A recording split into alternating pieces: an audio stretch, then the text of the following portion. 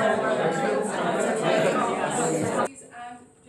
because we have some gentlemen in our I think we should give the gentleman a round of applause.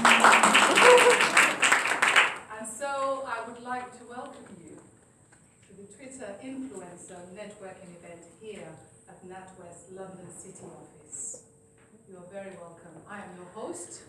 My name is Annette Chinigwe, and my responsibility is to make sure we fit everything on time. So I'll be conscious that we need to keep pace.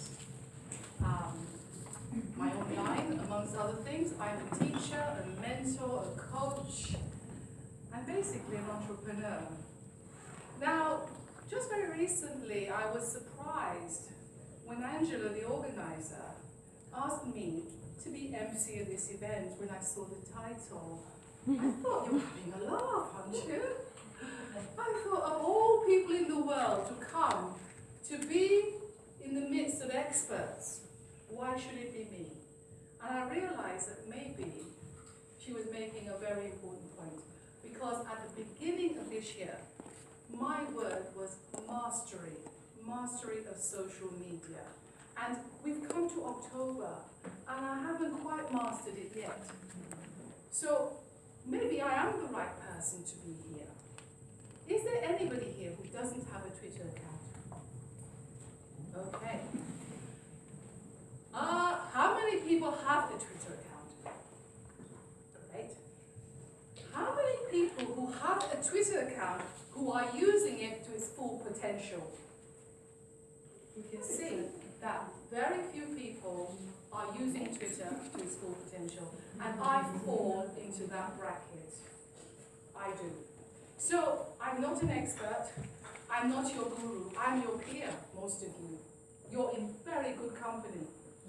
Okay, so today we have 6 phenomenal speakers, people with a proven track record. They've done their bit. You can follow their case studies. You can see the number of followers. Some of them, 50,000 people are on their list. How did they do it? This is your chance today.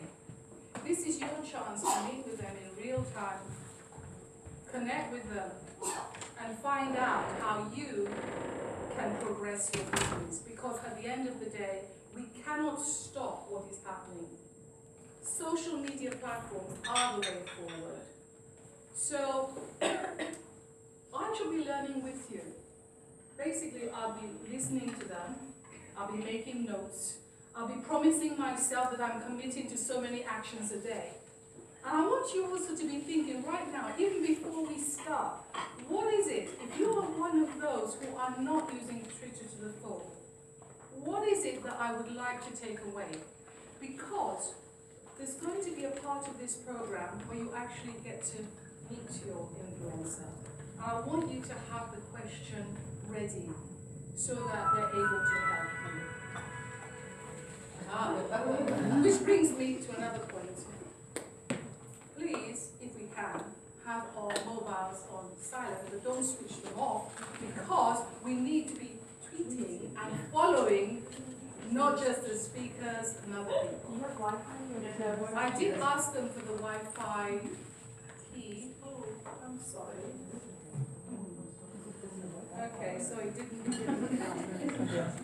We've got a very good quote that Angela included in the Eventbrite advert, and it is from Matt Goulart, who says, really, social media is about people. It's not about your business. And if you serve people, people will serve you well. So it's worth bearing that in mind when you're trying to connect with your influencers. They would not have gotten to their position if they only cared about how many people were following. They must have been thinking, how can I serve? Because at the end of it, it is service. Now, all of the speakers are phenomenal, as I've said. They're passionate about social media, and I suspect they were chosen because possibly their favorite platform is Twitter. So, I think we're about to start. Before we do, I just want to ask, who thinks they came the furthest to reach this place today? Anybody come from way out? Anybody from Scotland or? Yeah? Feltham. Belgium, yeah, that's quite far. Yeah. Okay, so I hope that you have mingled. Encourage you to mingle more in the breaks. But I think we need to start this program. So, are you ready? Are you sure you're ready? Yes. Okay, so we're going to get this on the road. Our very first speaker, and for all the speakers, I'm going to read short profiles about them that is actually on Eventbrite. Our first speaker is a former TV researcher, has been a media campaigner for over 20 years, with over 100 media appearances for the BBC, ITV, Sky, Newsnight, Woman's Hour, and printed press. She's a Tech London advocate and winner of the National Diversity Awards in 2014 and the European Diversity Awards in 2015. Her sponsors and partners include MIPCOM, The Guardian, Roche Elite, ITV, ITN, Diversify TV, Creative Skillset, and BT Sports. Please welcome Rioch Edwards-Brown. Hello, good afternoon, and thank you very, very much, Angela, for inviting me down this afternoon. And thank you very much for the introduction. So my name is Rioch Edwards-Brown, and I'd like to introduce you to my bag. This is actually my official Twitter account. The reason why I'm going to talk to you about my handbag is because it's one of the most useful communication tools I've ever had. And for the guys in the room, just bear with me. So I've got a lovely husband called Ian, and he may come in a few minutes. I'm not sure, he's trying to park. But we used to go out to lots of events, social events, and I was brought up in an age, including now, where I don't like to be impolite, or certainly not knowingly impolite. And I'd either be thinking, I could be at home watching Coronation Street or EastEnders, I'm here, I'm unhappy, or I'm desperate to sleep, or something like that, because I'm human before I'm anything else. So one night I grabbed my husband's knees, squeezed it under the table, more or less like, we need to go. And this mighty shriek came out of the man sitting next to me. I've got the wrong man. So we need to change that. So I developed a handbag, a communication tool. So Ian knows that if I've got my handbag down like that, that means we're actually going to stay. So he can get through first course, second course, get pudding. He's very happy with that. If I've got it like this, he knows it's 50-50, mate. We're not too sure, and it may mean that we're going to get to first course but nothing else. But if I've wrenched it up to my shoulder, Ian hovers, he doesn't even sit, because he knows I'm not staying around. And this is the part about Twitter that I'll talk to you about, is keeping it real. I'd love to say that I live a perfect life and that you guys do, but I don't, and you guys will have to answer that question for yourself. So I've set up a social enterprise, which I've been running for 7 years, came from a TV background, and I set this up after my son was shot and stabbed while in school. He was 13 at the time. He is alive, but it was what came out of that experience when he revealed the reason why the other 13-year-old boy stabbed him. And he said to me that he did this because he hated him for having 2 parents at home. And I just didn't have a response for that, and I didn't want revenge. So the choice that I made was to forgive, so that as a family we could move forward. But it also begged the question as to why this 13-year-old could make such a statement. And I felt that maybe there was something I could give back to the community. So that's how my story started with this particular social enterprise. And the name of our social enterprise is called So You Want to Be in TV. And it just asks a question. It doesn't make a statement. It simply just asks and put it out there. So what we do is we actually work directly with the TV industry, and more recently we're now working with film and tech, and we're asking those same questions. So you want to be in film, so you want to be in tech. And we actually work with financially disadvantaged young people that are interested in starting a television, film or tech career. We make our programme free, so these are financially disadvantaged young people that we work with. So we go to prisons, youth offending teams, young people living on the street, those in social care. And once they're trained up, we receive sponsorship from those industries so that we can keep that programme free and these young people go into employment. So it's really about social and economic mobility. And that sort of moves me on on to why we do what we do, because it's about furthering that conversation. Sometimes out there's some difficult things that we might come across in our everyday, but there is still something that can be handed on to the next person. And that's pretty much how we live our lives on Twitter. We're not actually into numbers. That might surprise some of you here today, but we are actually into engaging and actually conversing with people through Twitter. And so one of the things that I wanted to talk to you about is the thing that you've all experienced. And I'm going to get you guys to do it right now. So I'm going to actually ask you to shake hands with the person to the right of you in the room and just say hello in the first name.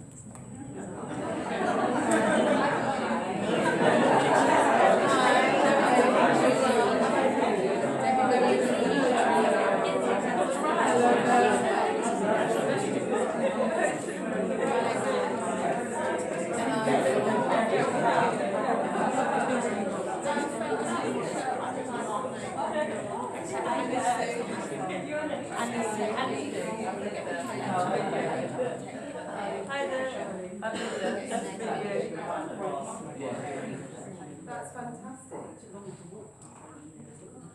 Absolutely fantastic. Can you see what just happened there? I mean, I've never seen so many white teeth. You know, in a setting, having just walked into a room. It really is about being as simple as that. You don't actually have to over-egg it. And we're human, and so we actually respond, you know, to human warmth, human kindness. And this is something you can do through Twitter. Some people keep it very analytical, but I would say still remember that there's a human being on the other side of that tweet.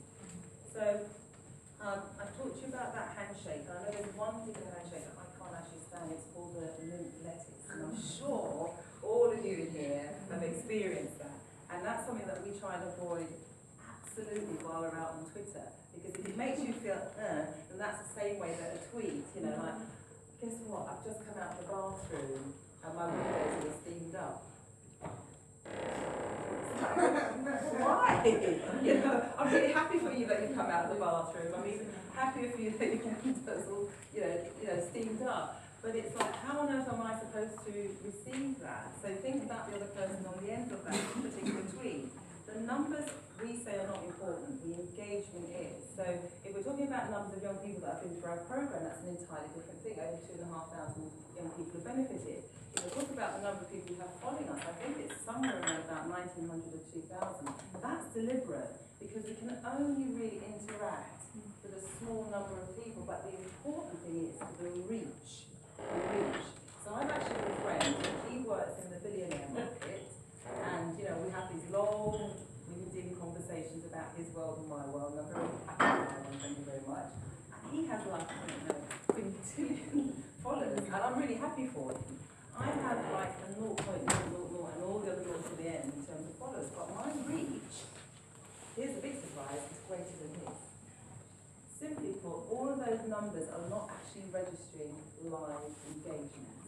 And that is what and how you then build what tracks into your overall company spend and then your overall company profit. Okay? It's what is your reach, not your numbers. And so I've got a little story, and that's what we do. That really probably forms the crux of what we do is we tell stories, and we tell them really well. Here's one story. My young husband just walked into the room. He's a politically challenged man with glasses at the back. I remember when I first met Ian, and I absolutely fancied the pants off of him. And so I wrote this really long, cheesy, romantic-y, whatever, yes, I'm going to embarrass you, email to him. It was absolutely divine. You know, I thought he was my buddy rabbit. He was the love of my life. I thought it was the best thing that had ever happened to me. Couldn't wait to get married. It just went on. It probably would have filled I like it. probably filled 4 sides of an A4 sheet on each side, literally. And I sent this off, and I just couldn't wait. I mean, I was just all day in that office thinking, what's he going to send me back? And it came back, it dropped into my inbox. Ding! I opened it. One word, likewise.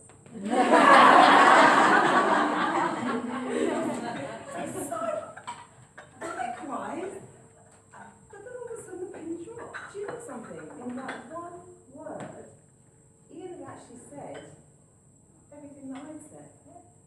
And that's what you have. You have 140 characters within convey all of those, every one of those four sides of my cheesy love story in just a single word. So make those words and that reach that you must galvanise work for you by actually putting down something that's authentic, that other people can actually recognise. So if you're someone that is a florist, you know, you can be passionate in those 140 characters about your forestry and things that you've seen, things that you find appetising, places that you've been to. And don't be frightened to be outside of your own comfort zone. Because through our tweets, and I'll also advocate this, have two accounts, one personal and one for your business. Don't mix them. Keep them separate, okay? On my personal one, I think I might have about 400 followers, I don't know. It's not important to me, the followers, it's the engagement with each person. And if you have business accounts and you have kept them separate, you know, don't be frightened about seeing something that actually you're passionate about, because that's the thing that's come back to me through a lot of direct messages. I've seen something that I am actually really passionate about. Does it have anything to do with TV? Does it have anything to do with film? Does it have anything to do with tech? No. So I respond and I'll say hello. How are you? I like what I've just seen. Or I'll retweet, okay, that person's story or what it is that I've seen. Or I like it. There's a reason for doing it. So there's a strategy behind that. I don't just willy-nilly go liking every single thing that comes out. I don't retweet everything that comes out. There's a reason. I'm genuinely interested in that. That will also increase reach. So another point is one size doesn't fit everything. You've heard that a huge number of times throughout your life. And a story that I have about that is my sister. She was working in an old people's home, and she was shown like the start of the job. This is what you do. You go up to Mrs. B and you say, Mrs. B, how are you? And can I have your teeth, please? At which point you receive Mrs. B's teeth, and you go down the line thus until you have a whole set of teeth. My sister being my sister thought, oh, I can save a lot of time. I will go up and say hello, Mrs. B, Mr. C, Mrs. and all the way down the line. But I'll take all the teeth out, all together in the basin. I won't do them once at a time. Give them a good wash, get them all nice and hygienic, and then I'll fit them back. Well, you obviously know what happens next. In goes Mrs. B's teeth. Mrs. B's going, they don't fit. And she had the whole line and spent the whole afternoon trying to work out those teeth and having to then go through that process individually with each person. Remember who's on the end of the tweet. Remember the market or the audience that you're going after. One tweet will not fit all. And I know sometimes I drive Ian up the wall because people come back and say, it's your tweet why I got in touch. I said, oh, okay. And I register that. That's not luck. My husband will say, just send the tweet. I say, no, I'm thinking about what I'm putting in the tweet. I am not just going to send it for send its sake. And I include a hashtag according to whom I want it to go in front of. I'm thinking about my market. So if I'm looking for sponsors, then my hashtag will reflect that. It will be in sponsorship land, but my tweet is about an everyday event that's just happened that I found really interesting. I've told my story. And sometimes I tell them over 4 or 5 tweets. I'll start out, and the most common word, okay, that's tracked in the tweet is hello. So I will start with that, and that will pick up a huge reach.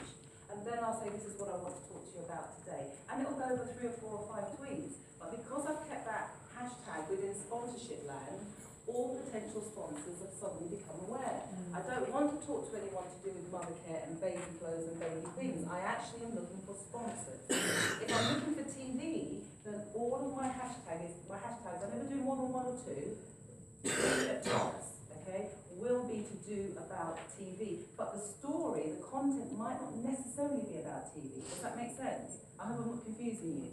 Tell it like it is and be real about what you put out there, because one size doesn't fit all. So we've got the strategy, we've got the false teeth, I hope you remember these stories tonight, wait to see you over dinner, and you've got the handshake, so that's a form of communication.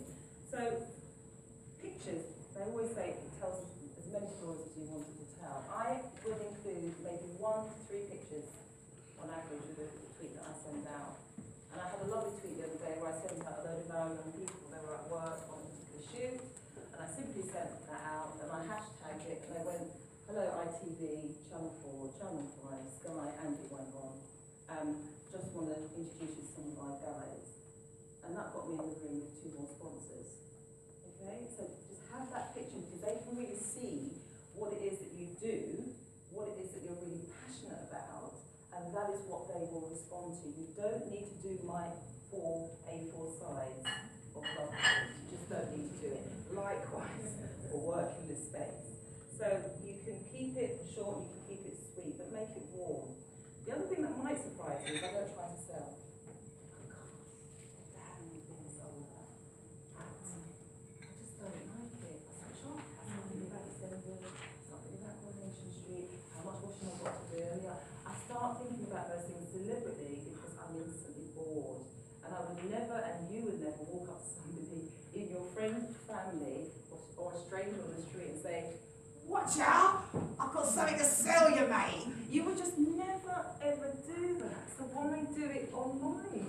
I mean, apart from the fact you could probably hit me and tell me to go away. Yeah, why am I going to do it online? So we've got to join up the dots. So there's a person at the end of that tweet, and we should be speaking to them as individuals, or if they're an organisation or a business or a group, then we should be speaking to them on that level. Don't be frightened. My relationships with PAs and secretaries are second to none. Love them. They're the backbone of any good business. I love them. I started life as a cleaner. I used to clean Pricewaterhouse, just down the road. Yeah, 3 floors, 5 o'clock every morning before school. Okay, and that's what allowed me to sort of start my own sort of entrepreneurial life that I have today. Okay, if you make it again your priority to actually get to know people, you immediately open up a goal mind. They will start to introduce you to the key people. You then begin to follow. You follow first. You mentioned about serving. You have to serve first, not the other way round. So you go and start to follow them. And then you've got the first name, because if you've not got a first name, you haven't really made much effort, and people will also respond to that. And so through those secretarial or PA or executive connections, I've managed to get to the top of those particular companies that I am looking for sponsorship for. And then you don't go with an ask. So if you're trying to build, for instance, an audience, if you're trying to build a market, or you're in fact trying to get sales, then by building that engagement and having those doors open to you by the people that you recognise are the movers and the shakers, the people that can actually get things done, that is how you can either pick up sponsorship, that is how you follow up your leads, that is how you build your sales, okay, that is how you grow your business. Those are the key things. So if I'm sort of wrapping this up and looking at what would be the kind of 4 really, really, really clear things, is have a strategy. That's got to be the thing that you have in mind before you set out on this journey. That's one of them. Second thing is separate out your accounts. Keep your personal and your business stuff separate.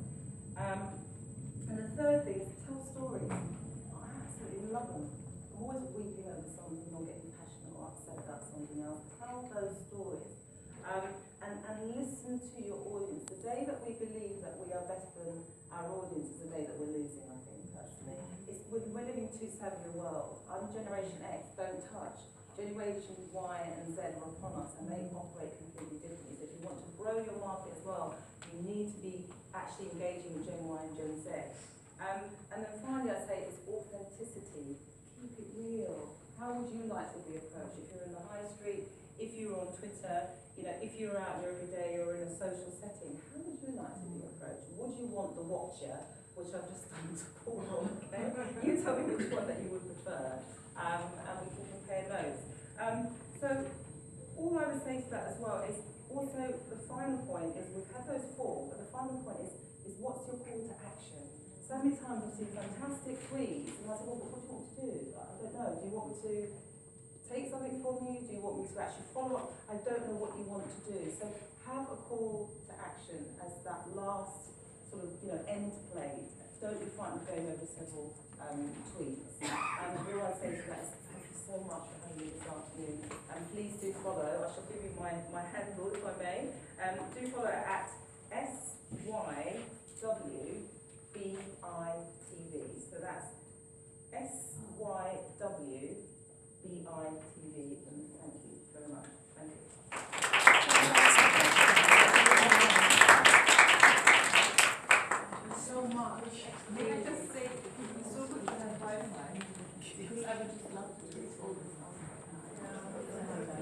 I'm afraid we haven't been given the Wi-Fi password. Can I just say about questions, please, that if we look at the agenda for today, we are going to have a spot for questions. And so I would ask you to keep your questions until question time. Just remember, one. And our second speaker was born in Hackney, East London, of Nigerian parentage. She graduated with honors from Lancaster University and the University of Richmond, Virginia in the USA, with a degree in international business and economics. She then started her own business in 2004. In 2011, she was honored to receive a Precious Award for Inspirational Leadership. In January 2010, she became the Chief Executive of the Islington Chamber of Commerce, where she remained until the end of 2012. And then became a non-executive director of the Hoxton Apprentice in 2011. She is also director of the Voluntary Action Academy and is currently on the Employers Panel for the National Employment Savings Trust. She's a mentor for the Cherie Blair Foundation and for the Elevation Network Startup Initiative.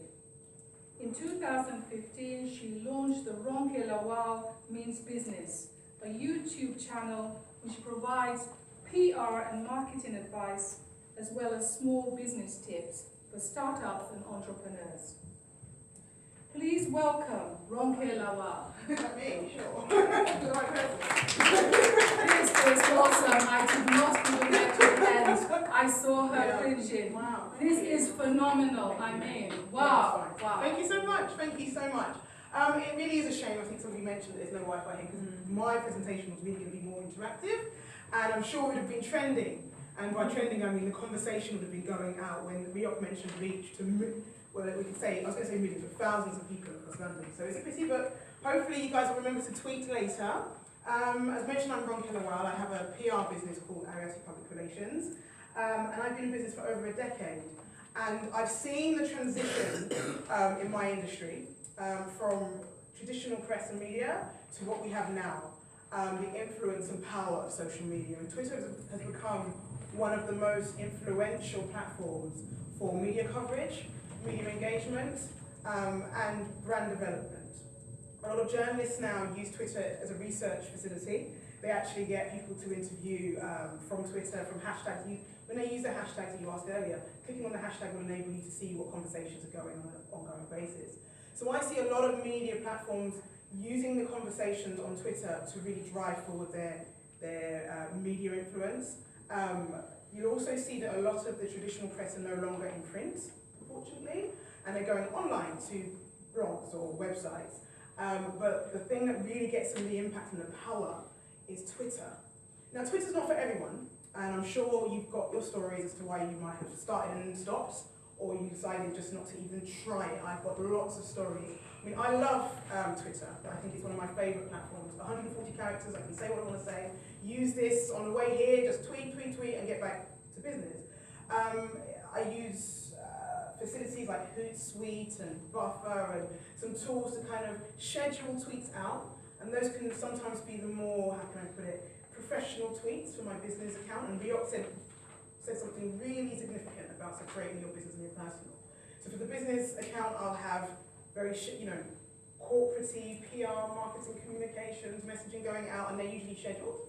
For my personal one, though, it's more about me. So I'm holding my phone because when I'm out and about, this is what I use to kind of share messages, keep in touch with people, build those relationships and engage. But tools like Hootsuite, Buffer, I think it's TweetDeck, there's quite a few of them, help to manage your kind of social media. I think one of the things that people often say as to why they don't use Twitter or social media full stop is, how do you keep up? How do you manage all of these things? And I think if you start to do the research and educate yourself, a lot of these platforms are actually free. Like Hootsuite starts off free, but you have to pay for kind of more engagement. Buffer is also free. And you can actually manage a number of Twitter handles, so your business and your personal, from in one place with using those tools. But if you really want to kind of drive forward that authenticity, it is about using your device on the go. Using your device at home, in the office, if you're allowed to during your lunch break, wherever you are, getting that conversation going. Because as Rioch said, it's about authenticity and it's about engagement. It's about plugging into the conversation, and that's why the media landscape is changing so much. And that's why stories that can be trending yesterday might not be trending today, because news is moving really, really quickly. Social media has really amplified that. Twitter in particular.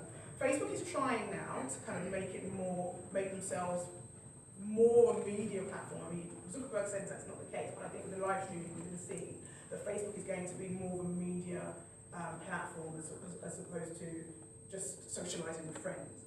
But Twitter has always been at the forefront of these conversations. I mean, there's lots of other social media platforms that we can talk about. But with Twitter in particular, I think you have the control over your brand. You can control what you say, you can control who you follow, you can control who you speak to. The issue is, unlike Facebook, unless you lock your Twitter page, which I wouldn't advise if you're a business, everyone can see it. Everyone has access to your tweets. So be wise with what you're saying. Be wise with who you are on social media. Whoever you are on social media is who hopefully you are in real life. And that's what I often say to people. It's about, would you say what you're saying on Twitter on a platform like this? So everything I say right now, I'd be able to say it online.